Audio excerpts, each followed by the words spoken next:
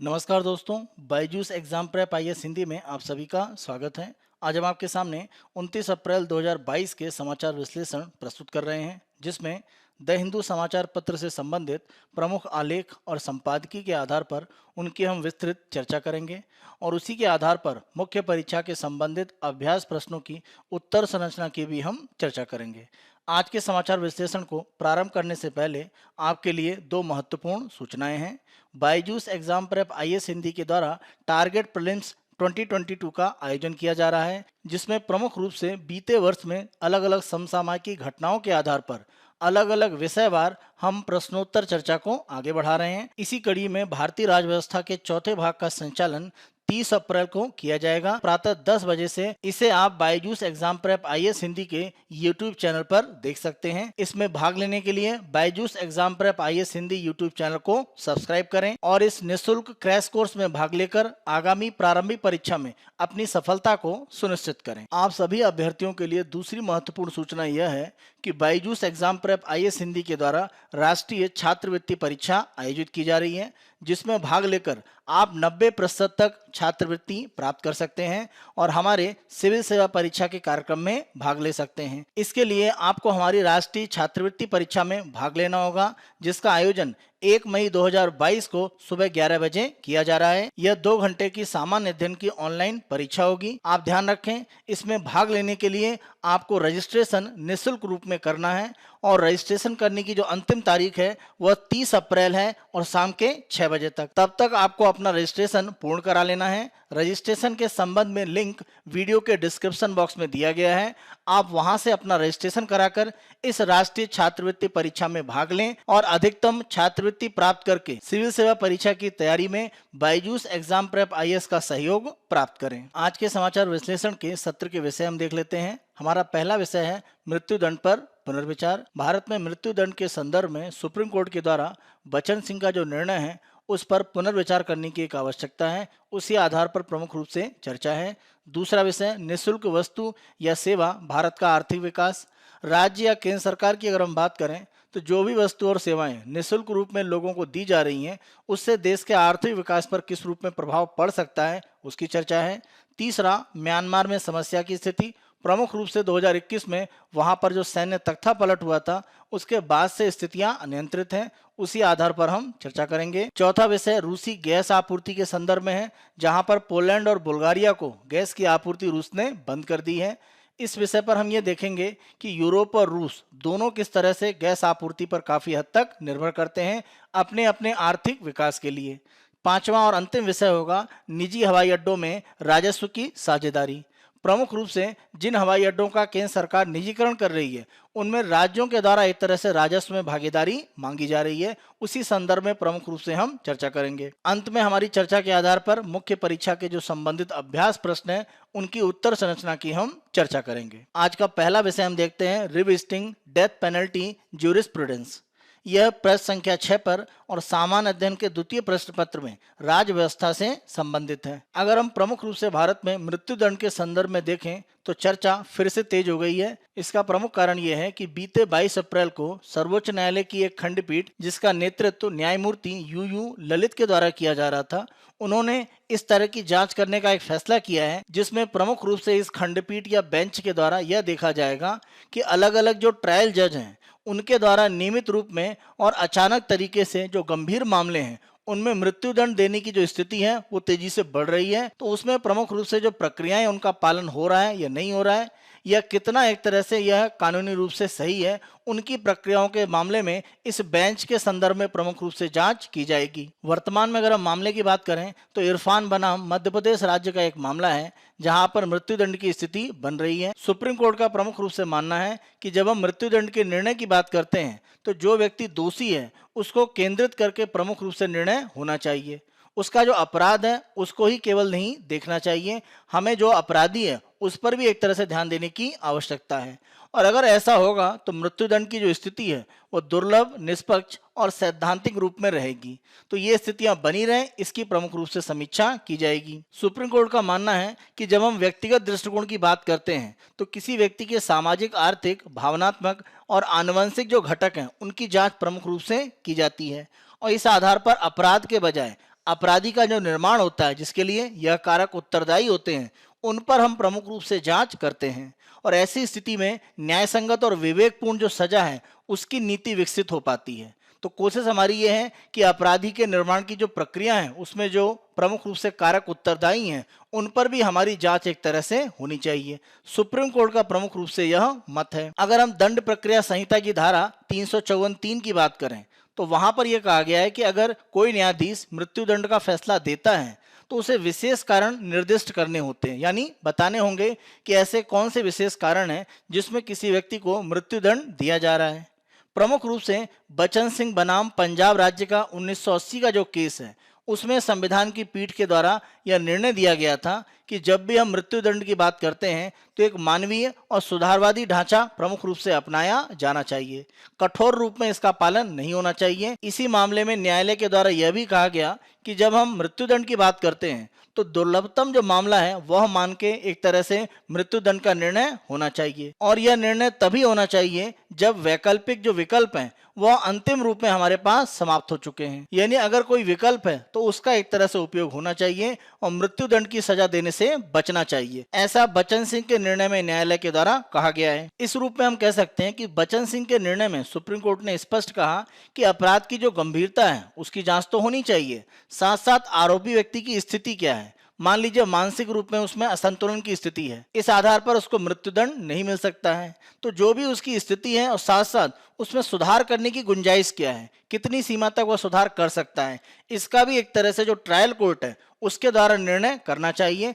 तब हम एक तरह से मृत्युदंड देने की जो स्थितियां हैं उनसे बच सकते हैं। बचन सिंह का जो सिद्धांत एक तरह से सुप्रीम कोर्ट में दिया गया, अगर हम आगे चल के देखें तो सुप्रीम कोर्ट के ही बहुत सारे निर्णय हैं जिनमें उनका अनुपालन नहीं हुआ बल्कि उनका उल्लंघन हुआ।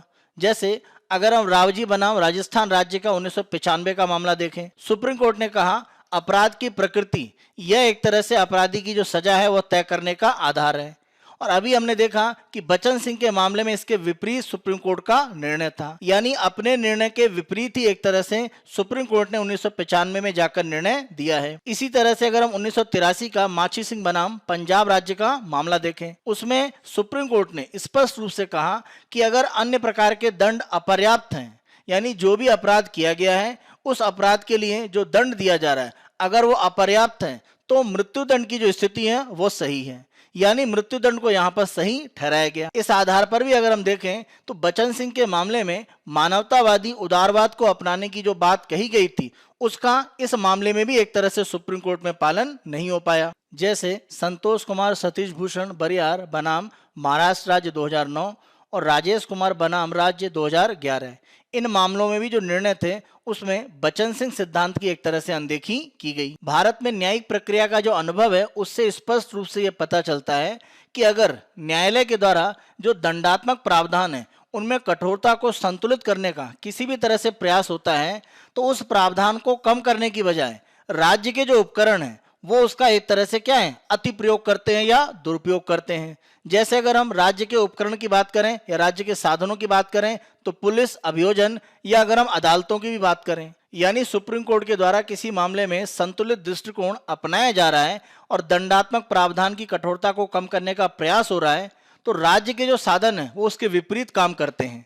इसका सबसे अच्छा उदाहरण केदारनाथ सिंह बनाम बिहार राज्य का 1962 का मामला है, जिसमें सुप्रीम कोर्ट ने स्पष्ट रूप से कहा कि अगर आप राजद्रोह के कानून की बात करते हैं, यानी भारतीय दंड संहिता की धारा 124A, तो उसकी वैधता के लिए प्रमुख रूप से प्रमाण यह माना जाएगा कि अगर ऐसा आप सिद्ध करते हैं कि किसी व्यक्ति की कार्यवाही से हिंसा को उकसावा मिलता है तो आप उस पर राजद्रोह का कानून लगा सकते हैं, यानी धारा 124A का उसके ऊपर उपयोग हो सकता है। लेकिन अगर हम देखें तो केदारनाथ सिंह का ये जो मामला है इसका दुरुपयोग बढ़ा हुआ है। जैसे वर्तमान में आप देखें कि आपने अगर किसी भी तरह का कोई बयान दे दिया है, कोई ट्वीट कर दिया है, या आपने किसी भी तरह के कोई चुटकुले मान लीजिए किसी कॉमेडी शो में कहे हैं, उसके आधार पर भी आपके ऊपर राजद्रोह का जो कानून है वो लग रहा है और धारा 124 से लोगों पर लगाई गई है। तो यहाँ पर प्रमुख रूप से यह कहा जा रहा है कि अगर अदालत किसी निर्णय के माध्यम से स्थिति को संतुलित करना चाहती है तो जो भी एक तरह से शासन के तंत्र हैं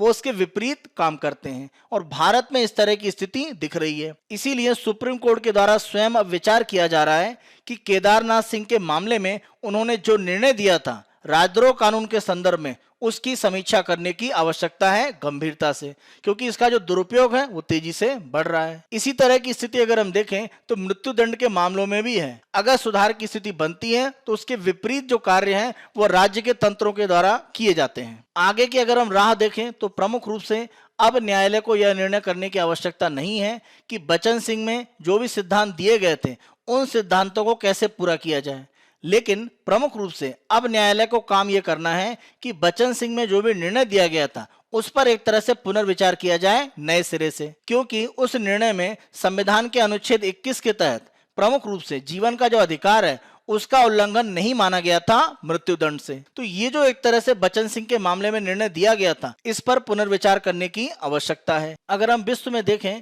तो लगभग 108 देश हैं जिन्होंने कानूनी रूप से मृत्युदंड को समाप्त कर दिया है और 144 देश ऐसे हैं जहां पर कानून या व्यवहार में मृत्युदंड की जो स्थितियां हैं उनका कम से कम पालन किया जा रहा है। इसका अर्थ यह है कि 108 देशों में पूर्णतः समाप्त हो गया है, लेकिन 36 देश अभी ऐसे हैं जहां पर यह कानून या व्यवहार में एक तरह से कम उपयोग किया जा रहा है, लेकिन पूर्णतः यहाँ पर समाप्त नहीं हुआ है। तो इस तरह की स्थिति 2021 में एमनेस्टी इंटरनेशनल की रिपोर्ट में सामने आ रही है। भारत के संदर्भ में अगर हम प्रमुख रूप से देखें तो जो भी अलग अलग न्यायालय के निर्णय होते हैं उनमें त्रुटि की काफी संभावनाएं रहती हैं। इसीलिए न्याय करने की जो स्थिति है उसमें गुणवत्ता जब तक सुनिश्चित नहीं होती है, हमें मृत्युदंड की जो न्यायिक स्थिति है उसको समाप्त करने की आवश्यकता है। इसीलिए वर्तमान में एक तरह से आवश्यकता यह है कि एक बड़ी बेंच के माध्यम से सुप्रीम कोर्ट यह निर्णय दे कि बचन सिंह का जो निर्णय था 1980 का, उसमें मूलभूत सबसे बड़ी चूक क्या हुई। सबसे बड़ी चूक यह थी कि मृत्युदंड का जो मामला है उसको असंवैधानिक घोषित नहीं किया गया। जैसा हमने ऊपर चर्चा करा कि मृत्युदंड को संविधान के अनुच्छेद 21 में जो जीवन के अधिकार है उसका उल्लंघन नहीं माना गया।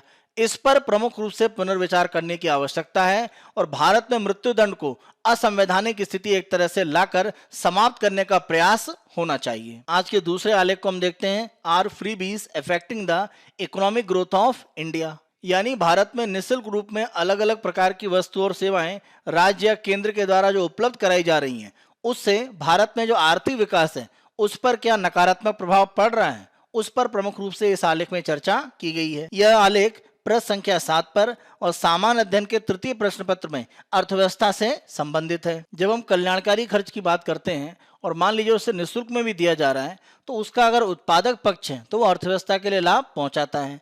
जैसे अगर हम मनरेगा की बात करें या सार्वजनिक वितरण प्रणाली की बात करें, इसके माध्यम से माना जाता है कि गरीबी कम करने में भारत में मदद मिली है। तो इसलिए हम कह सकते हैं कि अगर गरीबी कम करने में किसी भी तरह के व्यय को एक तरह से उपयोग किया जा रहा है तो वह अर्थव्यवस्था में उत्पादक स्थिति दिखा रहा है। इस पर नियंत्रण करने की बहुत अधिक आवश्यकता नहीं है। हमें यह ध्यान रखना पड़ेगा कि कल्याणकारी उपाय केवल गरीबी कम करने के लिए एक तरह से उपयोग नहीं हो रहे हैं, यह अर्थव्यवस्था में विकास के लिए भी काफी हद तक आवश्यक है। तो पूर्ण रूप में हम यह नहीं कह सकते हैं कि जो वस्तुएं निःशुल्क दी जा रही हैं उनसे अर्थव्यवस्था को नुकसान ही होता है। सरकार के द्वारा जो भी कल्याणकारी व्यय किए जाते हैं उससे केवल गरीबी कम होती है ऐसा नहीं है, देश में आर्थिक विकास को बढ़ाने में भी मदद मिलती है, क्योंकि इस तरह के जो व्यय होते हैं वो अर्थव्यवस्था में जो मांग होती है उसको एक तरह से बनाए रखने में मदद करते हैं। अगर हम कोविड-19 के बाद देखें तो देश की अर्थव्यवस्था में सबसे बड़ी समस्या क्या है? सबसे बड़ी समस्या है कि देश की अर्थव्यवस्था में जो मांग है वो कम हो गई है और इसको नियंत्रित कैसे किया जाए, क्योंकि जब तक अर्थव्यवस्था में खपत या मांग नहीं बढ़ेगी जो भी उत्पादन है उसको बढ़ाने की स्थितियां नहीं बनती हैं और यही प्रमुख रूप से यहाँ पर ध्यान दिया गया है।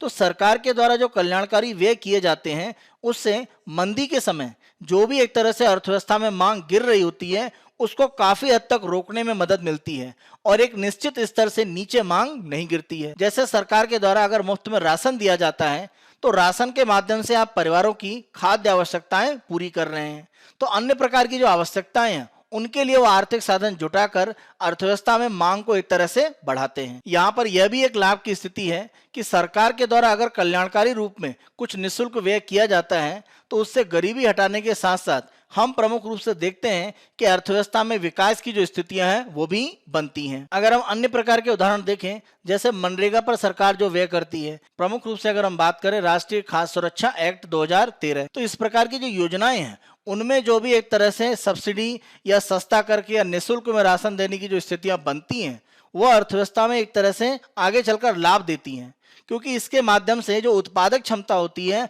वो अर्थव्यवस्था में जनसंख्या की बढ़ती है। क्योंकि कहीं ना कहीं मनरेगा में आप एक तरह से लोगों को रोजगार दे रहे हैं और उनको आय का साधन उपलब्ध कराते हैं।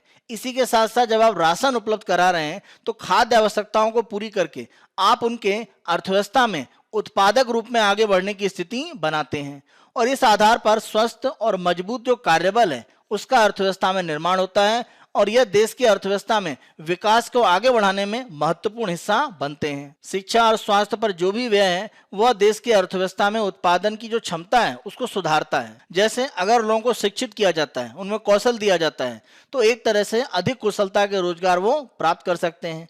तो ये स्थितियां भी अर्थव्यवस्था में बनती हैं। यानी प्रमुख रूप से आप देखें कि जो भी एक तरह से निःशुल्क या सरकार के द्वारा बहुत कम कीमत पर या छूट के माध्यम से कुछ दिया जाता है तो उसके अर्थव्यवस्था में नकारात्मक ही उपयोग है, ऐसा नहीं है। यह अर्थव्यवस्था में सकारात्मक रूप में भी एक तरह से लाभ बनाता है। प्रमुख रूप से अलग अलग प्रकार की वस्तु और सेवाओं को निःशुल्क रूप में जब उपलब्ध कराया जाता है तो उसमें किस तरह की समस्याएं हैं और हमें किस रूप में भविष्य में काम करने की आवश्यकता है। सबसे प्रमुख रूप से काम यह करना होगा कि केंद्र राज्य में जो भी एक तरह से निःशुल्क वस्तु और सेवाएं दी जाती हैं, जैसे कुछ राज्यों में लोगों को मुफ्त में बिजली देने की बात की जा रही है, तो ये स्थिति अगर बनती है तो वहां पर जिनको लाभ मिल रहा है उनको लक्षित किया जाए। यानी एक निश्चित रूप में एक सीमा बनाई जाए कि लोगों को कितना और कैसे लाभ देना है, उसका दुरुपयोग ना हो पाए। इस आधार पर अगर कार्य होगा तो इस प्रकार की जो निःशुल्क सुविधाएं हैं उनसे अर्थव्यवस्था में सकारात्मक प्रभाव पड़ते हैं। दूसरा, जो भी निःशुल्क लाभ दिए जाए उन्हें शर्तों पर आधारित किया जाए। जैसे अगर हम पंजाब में देखें तो बिजली जो मुफ्त में दी जा रही है उसके साथ कुछ शर्तें जुड़ी हुई हैं। कुछ विशेष वर्गों को लाभ देने के लिए वहां पर सरकार ने इस तरह की योजना एक बनाई है। तो अगर शर्तें जुड़ती हैं, इसके आधार पर भी जो लाभ है वो सुनिश्चित हो जाता है कि जिनको हम देना चाहते हैं उनको मिले। अंतिम रूप में शर्तों का प्रमुख रूप से उपयोग यह है कि जो अर्थव्यवस्था में किसी भी तरह से व्यय करने की क्षमता रखते हैं उनको एक तरह से व्यय करने दिया जाए। जिनके पास ऐसी क्षमता नहीं है, मान लीजिए गरीबी रेखा से नीचे हैं, उनको एक तरह से हमें लाभ देने पर ज्यादा ध्यान देने की आवश्यकता है। इसका अगर हम कृषि क्षेत्र में देखें तो काफी महत्वपूर्ण योगदान है, क्योंकि कृषि में जैसे अगर मान लीजिए लोगों को बिजली मुफ्त में दी जाती है तो उसका दुरुपयोग होता है। उसका दुरुपयोग इस रूप में है कि ज्यादा एक तरह से पंप सेट लगाकर जो हमारे भूजल संसाधन है उनको नुकसान पहुंच रहा है। जितनी आवश्यकता है उससे ज्यादा एक तरह से जल प्राप्त किया जा रहा है और क्योंकि बिजली मुफ्त में है तो उसका एक तरह से दुरुपयोग भी होता है। यानी उसमें कितना व्यय किया जा रहा है उस पर कोई ध्यान नहीं दिया जाता है। तो इस तरह की स्थिति ना बने, कृषि क्षेत्र में जो भी लाभ दिए जा रहे हैं उन्हें आर्थिक रूप में एक तरह से जोड़ा जाए। यानी किसानों का जो आर्थिक स्तर है उसके आधार पर उनको मुफ्त में जो भी सुविधाएं हैं वो दी जाएं। अंतिम रूप में केंद्र और राज्य में जो सरकारें हैं उन्हें प्रमुख रूप से ध्यान देना पड़ेगा कि जो भी निःशुल्क में वस्तु और सेवाएं दी जा रही हैं उसमें प्रत्यक्ष लाभ अंतरण यानी डायरेक्ट बेनिफिट ट्रांसफर उसका उपयोग किया जा सकता है। यानी जिनको आप लाभ देना चाहते हैं उनके खातों में धन को सीधे हस्तांतरित किया जाए। इससे भ्रष्टाचार की स्थितियां रुकेंगी। अंतिम रूप में हम ये कह सकते हैं कि जो भी एक तरह से निःशुल्क में अलग अलग प्रकार की वस्तु और सेवाएं दी जाती हैं उनसे अर्थव्यवस्था में उत्पादक और विकास की स्थितियां बनती हैं। लक्षित रूप में अगर दिया जाएगा, भ्रष्टाचार को रोका जाएगा तो ये ज्यादा प्रभाव डाल पाएगी और अर्थव्यवस्था में जो हानि की स्थिति दिख रही है वह एक तरह से नहीं होगी। आज के हम अगले आलेख को देखते हैं, म्यांमार वो। इस आलेख में प्रमुख रूप से वर्तमान में म्यांमार की जो स्थिति है उस पर एक तरह से चर्चा की गई है। म्यांमार में वर्तमान जो स्थितियां हैं वो फरवरी 2021 से ही बनी हुई हैं, जब उस समय की लोकतांत्रिक सरकार को हटाकर सैन्य सत्ता के द्वारा तख्तापलट किया गया और अपनी स्थिति मजबूत की गई। इसी के साथ साथ म्यांमार की सबसे प्रसिद्ध नेता आंग सान सू की जो स्टेट काउंसलर के पद पर थी उनको हटा दिया गया उस पद से और उनको नजरबंद करके रखा गया है फरवरी 2021 से। वर्तमान में आंग सान सू की को भ्रष्टाचार के एक मामले में $6 लाख और सोना लेने के आरोप में एक तरह से सजा सुनाई गई है। भ्रष्टाचार के इस मामले में आंग सान सू की को 5 साल की कैद की सजा दी गई है। इसके पहले आंग सान सू की पर 5 अन्य मामले चल रहे थे जिनमें उनको 6 वर्ष की कैद दी गई थी। इस प्रकार वर्तमान में जो सैन्य सत्ता है म्यांमार में, वह आंग सान सू की जो स्थिति है म्यांमार में उसको समाप्त करना चाहता है।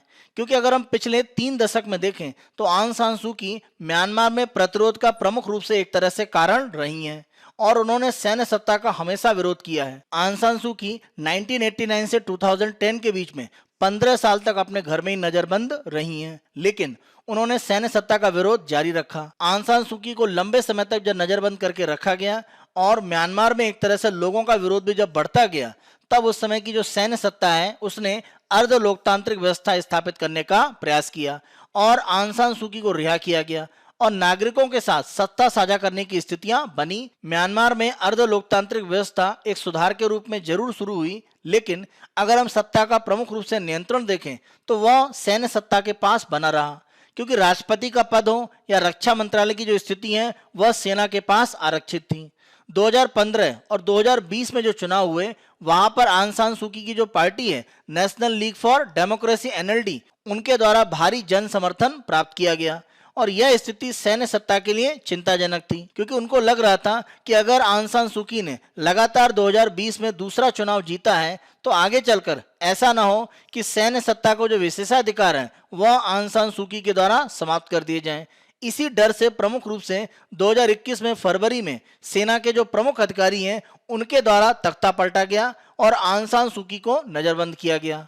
लेकिन वर्तमान में जो स्थितियां हैं वह पहले की तुलना में म्यांमार में ज्यादा विषम है, क्योंकि यहाँ पर जो विरोधी दल हैं उनके द्वारा एक तरह से सैन्य विद्रोह किया जा रहा है सेना के खिलाफ। इसी के साथ साथ अगर हम जनता का प्रतिरोध देखें तो पहले की तुलना में ज्यादा है। इस रूप में म्यांमार में सैन्य सत्ता की जो स्थिति है वो धीरे धीरे कमजोर होती जा रही है और अंतर्राष्ट्रीय दबाव की स्थिति अगर बनी तो आगे चलकर सैन्य सत्ता को लोकतांत्रिक व्यवस्थाओं को कहीं ना कहीं प्रारंभ करना पड़ेगा। आज के हम अपने अगले आलेख को देखते हैं, Russian roulette with gas supplies. प्रमुख रूप से गैस की आपूर्ति रूस के द्वारा जो यूरोपीय देशों में की जा रही है उसमें पोलैंड और बुल्गारिया को जो आपूर्ति की जा रही थी उसको रूस ने बंद किया है और इसी के बाद यह विवाद तेजी से आगे बढ़ा है। इसी संदर्भ में हम प्रमुख रूप से चर्चा करेंगे। अगर हम अलग अलग यूरोपीय देशों की 2020 में रूसी गैस पर जो निर्भरता है उसको देखें तो आप स्पष्ट रूप से समझ सकते हैं कि किस तरह से रूस की गैस का महत्व यूरोपीय देशों में काफी ज्यादा है।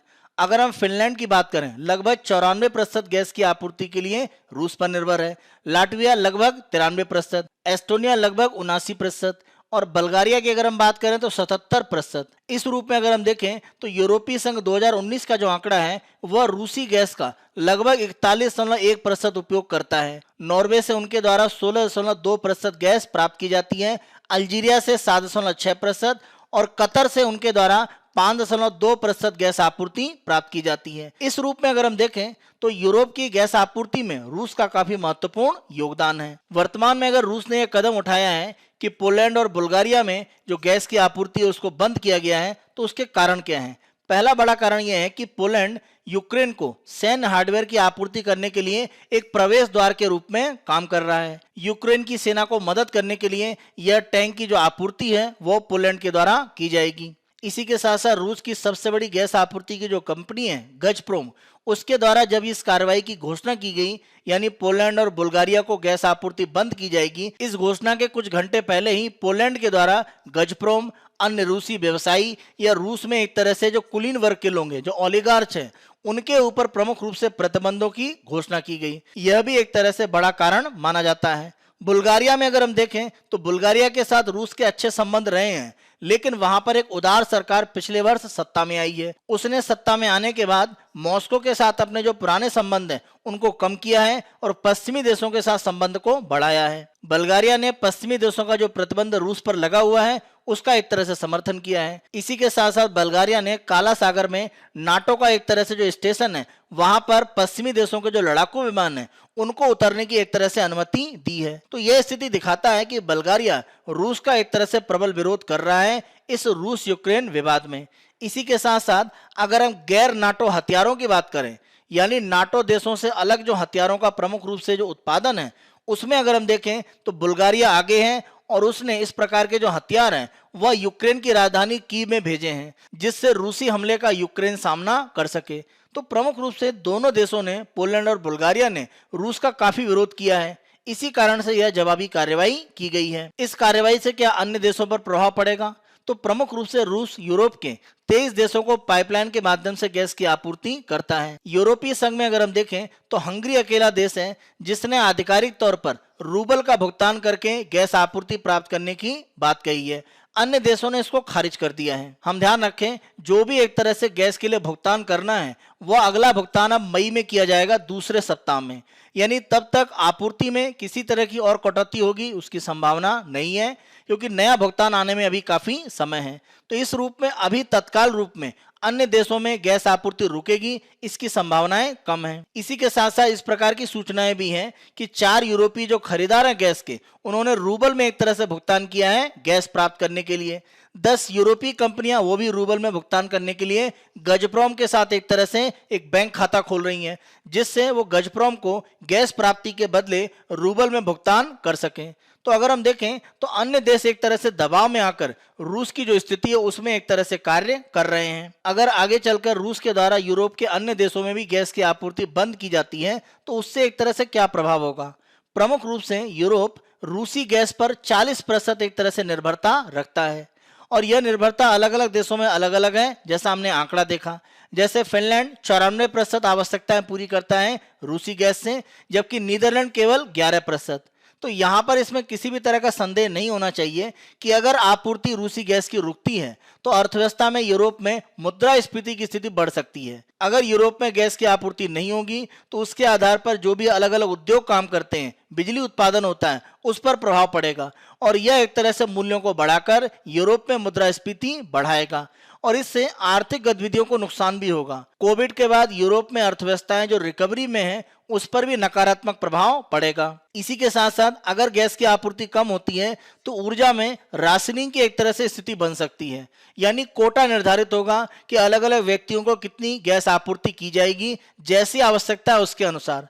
तो यह स्थिति भी एक तरह से लोगों के लिए भविष्य में यूरोप में समस्या खड़ी कर सकती है। अंतिम रूप में अगर हम जर्मनी की बात करें, जिसे यूरोप में इकोनॉमिक पावर हाउस यानी अर्थव्यवस्था के सबसे बड़े केंद्र के रूप में एक तरह से माना जाता है, उसके लिए स्थितियां ज्यादा खराब हो सकती हैं। कारण उसकी गैस निर्भरता रूस पर लगभग 49% है, और ऐसी स्थिति में जर्मनी में माना जा रहा है कि मंदी की स्थिति आ सकती है, और यह पूरे यूरोप के लिए एक तरह से आर्थिक संकट की स्थिति बना सकता है। यूरोप रूस की गैस पर जिस तरह से निर्भरता रखता है और वर्तमान में स्थितियां संकट में दिख रही हैं और रूस आपूर्ति रोक सकता है भविष्य में, तो यूरोपीय संघ के द्वारा क्या रणनीति अपनाई जा रही है? यूरोप में अगर हम ऊर्जा आवश्यकताओं की बात करें कि उनकी पूर्ति अलग अलग किन किन साधनों से होती है, तो इसमें कच्चा तेल 43%, प्राकृतिक गैस 24%, परमाणु ऊर्जा 14% और जल विद्युत लगभग 4% है। अगर हम यहाँ पर पवन ऊर्जा और सौर ऊर्जा जैसे नवीकरणीय ऊर्जा के साधनों की बात करें तो बचा हुआ जो एक तरह से भाग है ऊर्जा का, वह इन दोनों साधन से पूरा किया जाता है। यानी जो नवीकरणीय ऊर्जा के स्रोत हैं उस पर एक तरह से यूरोप में उत्पादन अभी ज्यादा नहीं है। यूरोप में जलवायु परिवर्तन एक प्रमुख राजनीतिक मुद्दा है, इसीलिए अगर हम कोयले की बात करें जिसका यूरोप में काफी अच्छा भंडार है, उसका उत्पादन ज्यादा नहीं होगा, न ज्यादा उसका उपयोग बढ़ाया जा सकता है। परमाणु ऊर्जा की अगर हम बात करें तो सार्वजनिक रूप में इसका विरोध किया जाता है, क्योंकि इसे एक तरह से खतरनाक माना जाता है किसी भी रूप में। इस आधार पर अगर हम देखें तो यूरोपीय संघ के पास सबसे अच्छा विकल्प क्या है? वह है प्राकृतिक गैस, जो ऊर्जा का सबसे स्वच्छ स्रोत है जिसको एक तरह से वो उपयोग कर सकते हैं, और यही प्रमुख रूप से यूरोप के लिए समस्या की स्थिति भी बनती है। वर्तमान में यूरोपीय संघ समस्या के समाधान के रूप में यह कार्य कर रहा है कि उनके पास जो भी गैस भंडारण की सुविधा है उसके 80 से 90% क्षमता को वो एक तरह से पूरा करने वाले हैं। और दूसरा प्रयास ये है कि नॉर्वे और उत्तरी अफ्रीका के माध्यम से पाइप के द्वारा जितनी गैस आपूर्ति है उसको बढ़ाया जाए, जिससे कि रूस की जो आपूर्ति है उसको प्रतिस्थापित किया जा सके। क्योंकि वर्तमान में अगर हम यूरोप में देखें तो गर्मी का समय है, यानी जो भी गैस है उसकी आवश्यकता घरों में तापमान बढ़ाने के लिए उपयोग नहीं हो रही है, यानी हीटिंग में उसका उपयोग नहीं हो रहा है। लेकिन जैसे ही सर्दियां एक तरह से यूरोप में बढ़ेंगी, प्रमुख रूप से गैस का जो उपयोग है वो घरों में हीटिंग के लिए एक तरह से किया जाता है, यानी वहां पर तापमान को बढ़ाने के लिए। तो वह आवश्यकता पूरा करने के लिए यूरोपीय संघ के द्वारा तैयारी की जा रही है। लेकिन वर्तमान में जो तैयारियां यूरोपीय संघ कर रहा है उससे रूस पर निर्भरता शून्य हो पाए, यह एक तरह से संभव नहीं है। इसीलिए लंबी अवधि में यूरोपीय संघ को काम करना पड़ेगा और इसके लिए संयुक्त राज्य अमेरिका और मध्य पूर्व के जो देश हैं वहां से तरलीकृत प्राकृतिक गैस यानी लिक्विफाइड नेचुरल गैस एलएनजी इसको एक तरह से आयात किया जाए, क्योंकि इसे एक तरह से टैंकर के माध्यम से जहाजों के द्वारा अलग अलग देशों में पहुंचाया जा सकता है। इसीलिए यूरोपीय संघ भविष्य में एलएनजी की जो आपूर्ति है उस पर अधिक ध्यान दे रहा है। जैसा हम चर्चा कर रहे हैं कि रूसी प्राकृतिक गैस के विकल्प के रूप में एलएनजी को एक तरह से माना जा रहा है, तो अगर रूसी प्राकृतिक गैस की जगह यूरोप में एलएनजी प्रमुख रूप से बढ़ाया जाता है तो इसकी संभावनाएं क्या हैं? आप ध्यान रखें, यह एक कठिन चुनौती है, क्योंकि पाइपलाइन के माध्यम से प्राकृतिक गैस का जो भी एक तरह से एक स्थान से दूसरे स्थान तक ले जाया जाता है वो काफी आसान और सस्ता होता है।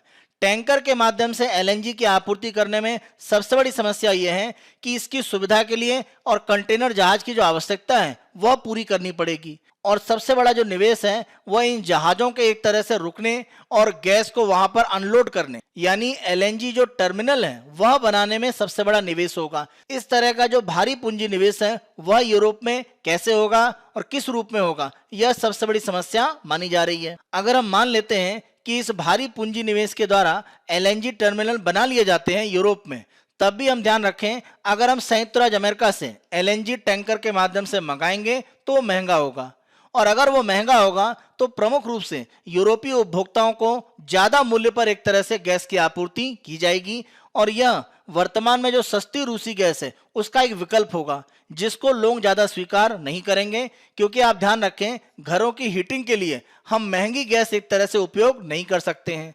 तो यूरोप में इस तरह के विरोध की स्थिति भविष्य में बन सकती है। इसीलिए यूरोप को ध्यान रखना पड़ेगा कि वह रणनीतिक स्वायत्तता प्राप्त करने के लिए ऐसा ना हो कि आर्थिक रूप में एक बड़े संकट में फंस जाएं। तो इस स्थिति से बचने के लिए भविष्य में उन्हें रूसी गैस पर जो निर्भरता है उसको लेकर जो स्थितियां हैं उसे सामान्य करने की ज्यादा आवश्यकता है, बजाय इसके कि उसका पूरा विकल्प ढूंढा जाए। अभी तक हमने यूरोपीय संघ के आधार पर चर्चा करी कि उनको ज्यादा नुकसान है, लेकिन अगर रूस के द्वारा गैस की आपूर्ति को निलंबित किया जाता है तो यह रूस को भी प्रभावित करेगा। रूस की अर्थव्यवस्था अगर हम देखें तो इस तरह का जो गैस निर्यात है उस पर काफी बड़े पैमाने पर निर्भर करती है। जो भी रूस को राजस्व मिलता है उसका 40% भाग इस तरह के गैस निर्यात से आता है। यानी अगर ऐसा कोई कदम उठाया गया तो यह रूस के राजस्व में कमी लाएगा। अगर रूस के द्वारा गैस आपूर्ति न बंद किया जाए और देशों को रूबल में भुगतान करने के लिए कहा जाए और वो तैयार हों, जैसा हंगरी के द्वारा किया भी गया है, तो रूस के लिए स्थितियां आसान हो सकती हैं और उसकी मुद्रा की जो स्थिति है उसमें भी एक तरह से उतनी गिरावट नहीं आएगी। हम ध्यान रखें यूरोप और रूस के बीच में ये जो ऊर्जा साझेदारी है ये दोनों के लिए लाभ की स्थिति है। अगर इसका विघटन होता है, यह समाप्त होती है, तो यह रूस पर विपरीत प्रभाव डालेगा और उनको आर्थिक रूप में बड़ी क्षति होगी। इसी के साथ साथ दूसरा खतरा यह भी है कि अगर यूरोप के द्वारा वैकल्पिक व्यवस्था की गई और वो सफल रही तो आगे चलकर रूस से जो साझेदारी है वह होने की संभावनाएं लगभग समाप्त हो जाएंगी। एक अन्य समस्या यह भी है कि यूरोपीय देशों को जो भी रूस के माध्यम से गैस आपूर्ति होती है उसके लिए जो पाइपलाइन का नेटवर्क है उसका उपयोग क्या होगा, और इस तरह से प्राकृतिक गैस को पाइपलाइन के माध्यम से अन्य पड़ोसी देशों को भेजना उतना आसान नहीं है। जैसे अगर हम चीन की बात करें तो वहां पर इस तरह से जो पाइपलाइन का नेटवर्क है वो विकसित नहीं है, उसके लिए निवेश की आवश्यकता है, तो यह रूस के लिए समस्या है। एक और समस्या रूस के सामने यह आती है कि अगर उनके पास यूरोप का बाजार नहीं रहता है तो जो उनकी प्राकृतिक गैस है, जो उनके लिए प्रमुख आर्थिक पूंजी है, उसका उपयोग कैसे करेंगे, क्योंकि उनके पास भंडारण करने का उतना बुनियादी ढांचा नहीं है। तो यह उनके लिए आर्थिक समस्या बन सकता है। नए बाजार आसानी से प्राप्त कर पाना, जैसे भारत और चीन, और टैंकर के माध्यम से एलएनजी की आपूर्ति करना, उनको यह वैकल्पिक व्यवस्था जरूर है लेकिन स्थायी रूप में यह लाभ नहीं देगी। तो अंतिम रूप में रूस और यूरोप अगर आपस में सहयोग की स्थिति को बनाए रखते हैं और आर्थिक हितों को रणनीतिक हितों से अलग करते हैं तभी स्थिति भविष्य में नियंत्रित हो सकती है। आज के हम अंतिम आलेख को देखते हैं, the demand for a revenue share in privatise airport. यहाँ पर राज्यों की तरफ से प्रमुख रूप से मांग है कि अगर भारत सरकार के द्वारा अलग अलग हवाई अड्डों का निजीकरण किया जा रहा है तो जो भी एक तरह से राजस्व की स्थिति है उसमें उनको एक तरह से साझेदारी दी जाए। और यह स्थिति भारत में हवाई अड्डों के निजीकरण की जो प्रक्रिया है उसके बढ़ने के बाद सामने आ रही है। प्रमुख रूप से तमिलनाडु और छत्तीसगढ़ और झारखंड, उनके द्वारा इसकी मांग की गई है। जब हम भारत में हवाई अड्डों के निजीकरण की बात करते हैं तो इसकी शुरुआत 2003 में हुई थी, जब सरकार ने सार्वजनिक निजी भागीदारी यानी पब्लिक प्राइवेट पार्टनरशिप पीपीपी, इस मॉडल के अनुसार मुंबई और दिल्ली को एक तरह से नई सुविधाओं में बदलने के लिए प्रमुख रूप से प्रयास किया था। आगे चलकर यूपीए सरकार के समय भी कुछ और हवाई अड्डों के निजीकरण का प्रस्ताव रखा गया, लेकिन यह लागू नहीं हो पाया। प्रमुख रूप से 2019 में भारत में हवाई अड्डों के निजीकरण की प्रक्रिया तेज हुई, जब सरकार ने लखनऊ, अहमदाबाद, जयपुर, मंगलुरु, तिरुवनंतपुरम और गुवाहाटी हवाई अड्डों को सार्वजनिक निजी भागीदारी यानी पब्लिक प्राइवेट पार्टनरशिप मॉडल के आधार पर पट्टे पर दिया। 2021 में केंद्र सरकार ने राष्ट्रीय मुद्रीकरण पाइपलाइन योजना, जिसमें 5 वर्ष में 6 लाख करोड़ एक तरह से अलग अलग जो भी केंद्र सरकार के संसाधन है, जो परिसंपत्तियां हैं, उनका मौद्रीकरण करके प्राप्त करने का लक्ष्य है। इसी प्रयास में 5 वर्षों में सरकार ने यह कहा कि भारतीय विमानपत्तन प्राधिकरण के पास जो भी एक तरह से प्रबंधित 25 हवाई अड्डे हैं, उनका मौद्रीकरण एक तरह से करा जाएगा, यानी निजी क्षेत्र को इनको देकर उनसे आर्थिक संसाधन प्राप्त किए जाएंगे। और इस योजना की जब घोषणा की गई, इसी के बाद एक तरह से विरोध की स्थिति बढ़ी और सबसे पहले तमिलनाडु के द्वारा विरोध किया गया, क्योंकि इन 25 हवाई अड्डों में तमिलनाडु के 4 हवाई अड्डे शामिल हैं, यानी चेन्नई, कोयम्बटूर, मदुरै और तिरुचिरापल्ली। यहाँ पर प्रमुख रूप से तमिलनाडु का यह कहना है कि जब भी एक तरह से ऐसा प्रस्ताव आता है जहां पर सरकार के द्वारा हवाई अड्डों का निजीकरण किया जा रहा है, तो वहां पर जो भी राजस्व है वह राज्यों को भी मिलना चाहिए। क्योंकि तमिलनाडु सरकार का यह कहना है कि अगर आपने तमिलनाडु सरकार से कोई भूमि प्राप्त की है और भारतीय विमानपत्तन प्राधिकरण के अधीन किसी भी तरह का हवाई अड्डा संचालित हो रहा है, तो तमिलनाडु सरकार को कोई आपत्ति नहीं है। निःशुल्क रूप में यह भूमि एक तरह से तमिलनाडु सरकार उपलब्ध कराती है। लेकिन अगर वो हवाई अड्डा भारतीय विमानपत्तन प्राधिकरण के बाद किसी भी तरह से किसी तीसरे पक्ष को, किसी निजी क्षेत्र को दिया जाता है, तो वहां पर जो भी मूल्य या राजस्व मिलेगा उसमें आनुपातिक रूप से तमिलनाडु सरकार को भी एक तरह से हिस्सेदारी मिलनी चाहिए। भारतीय विमानपत्तन प्राधिकरण के माध्यम से कोई हवाई अड्डा संचालित कर रहा है और वहां पर तमिलनाडु सरकार ने कोई भूमि दी है, तो वह तमिलनाडु सरकार निःशुल्क में देने को तैयार है। लेकिन अगर उसका नियंत्रण निजी क्षेत्र को दिया जाता है, तब तमिलनाडु सरकार का विरोध है। तमिलनाडु सरकार यह कह रही है कि निःशुल्क भूमि उन्होंने केंद्र सरकार को एक तरह से दिया था, लेकिन अगर वही हवाई अड्डा निजी क्षेत्र को दिया जाता है, तो वहां पर जो निःशुल्क भूमि है उसका जो भी मूल्य, जो राजस्व है, वह एक तरह से राज्य सरकार प्राप्त करने के लिए प्रयास करेगी। और यह तमिलनाडु के द्वारा घोषणा की गई है। और भूमि में जो भी निवेश है वो बड़ा निवेश है, तो उसको एक तरह से तमिलनाडु सरकार प्राप्त करने का प्रयास कर रही है। तमिलनाडु सरकार का यह भी कहना है कि निःशुल्क भूमि का जो भी मूल्य है उसको हवाई अड्डे के विशेष प्रयोजन वाहन यानी स्पेशल पर्पस व्हीकल, जिसके माध्यम से निजी क्षेत्र इसको संचालित करेगा, उसमें राज्य सरकार को एक हिस्सेदारी के रूप में मिलना चाहिए। मान लीजिए भूमि जो दी गई थी तमिलनाडु सरकार के द्वारा, उसका मूल्य 10 करोड़ रुपए है, और इस 10 करोड़ के आधार पर उस हवाई अड्डे का निजी क्षेत्र जिसका नियंत्रण लेने वाला है, वहां पर एक स्पेशल पर्पस व्हीकल, एक तरह से कह सकते हैं एक नई संस्था बनाई जाती है। तो उस संस्था में अगर 10 करोड़ के आधार पर मान लीजिए 10% की हिस्सेदारी मिलती है, तो यह 10% की हिस्सेदारी तमिलनाडु सरकार को दी जाए। यह परिवर्तित करके जो भूमि का मूल्य है वह इक्विटी के रूप में यानी साझेदारी के रूप में राज्य सरकार को मिलना चाहिए, ऐसा तमिलनाडु सरकार कह रही है अगर सरकार हवाई अड्डे को किसी निजी पार्टी को स्थानांतरित करती है। एक दूसरा विकल्प यह भी दिया गया है कि आप निजी पार्टी को स्थानांतरित करें हवाई अड्डा, उससे पहले जो भी राजस्व की स्थिति बनती है भूमि के मूल्य के अनुसार, उसका बंटवारा राज्य को एक तरह से मिल जाए, तो आप एक तरह से निजीकरण की प्रक्रिया को आगे बढ़ा सकते हैं। तमिलनाडु के साथ साथ झारखंड और छत्तीसगढ़, उन्होंने भी एक तरह से इसी बात को आगे बढ़ाया है। तो भविष्य में सरकार की तरफ से कहा जा रहा है कि उच्च स्तर पर ऐसा निर्णय लिया जाएगा कि अगर हवाई अड्डों का निजीकरण होता है, तो जो भूमि अधिग्रहण निःशुल्क रूप में राज्यों से लिया गया है, उसका जो मूल्य है वो राज्यों को किस रूप में दिया जाए या नहीं दिया जाए। तो जल्द इसके संदर्भ में कोई निर्णय हो सकता है। आज की चर्चा के आधार पर मुख्य परीक्षा के अभ्यास प्रश्नों को हम देखते हैं। पहला प्रश्न, भारत में मृत्युदंड के संबंध में न्यायिक प्रक्रिया को मजबूत करने से अधिक इसकी संवैधानिक वैधता पर बहस होनी चाहिए। उपरोक्त कथन की विस्तृत समीक्षा करें। 250 शब्द, 15 अंकों का प्रश्न। उत्तर संरचना, भूमिका। भारत के सर्वोच्च न्यायालय की एक खंडपीठ, जिसका नेतृत्व न्यायमूर्ति यूयू ललित कर रहे थे, ने जांच करने का फैसला किया है, जिसमें नियमित और अचानक तरीके से गंभीर मामलों में ट्रायल जज अक्सर दोषियों को मौत की सजा देते हैं। मुख्य भाग बचन सिंह बनाम पंजाब राज्य 1980 में संविधान पीठ का जो निर्णय है उसकी चर्चा करें। बचन सिंह में दिए गए मानक उपयोगी नहीं है, अलग अलग मामलों के जो निर्णय है उसमें उदाहरण आप दे सकते हैं। संवैधानिक वैधता पर स्पष्टता आवश्यक। निष्कर्ष में आप बताएंगे भारतीय संदर्भ में जहां निर्णय संबंधी त्रुटि काफी बार होती है, न्याय निर्णय की जो गुणवत्ता है वह सुनिश्चित नहीं होती है, इसीलिए मृत्यु दंड का न्यायिक रूप में जो उन्मूलन है वह करना आवश्यक है। मुख्य परीक्षा के दूसरे अभ्यास प्रश्न को देखते हैं। रूसी गैस केवल यूरोपीय देशों के लिए आवश्यकता नहीं, रूस के अपने आर्थिक विकास में भी सबसे आवश्यक अंग है। समीक्षा करें। 250 शब्द, 15 अंकों का प्रश्न। उत्तर संरचना, भूमिका, रूसी गैस पर यूरोपीय देशों की निर्भरता और रूस की अर्थव्यवस्था में भूमिका को बताना। मुख्य भाग यूरोपीय देशों की निर्भरता, अलग अलग देशों की और पूरे यूरोप की कैसे निर्भरता है प्रतिशत के रूप में, उन आंकड़ों को आप बताएंगे।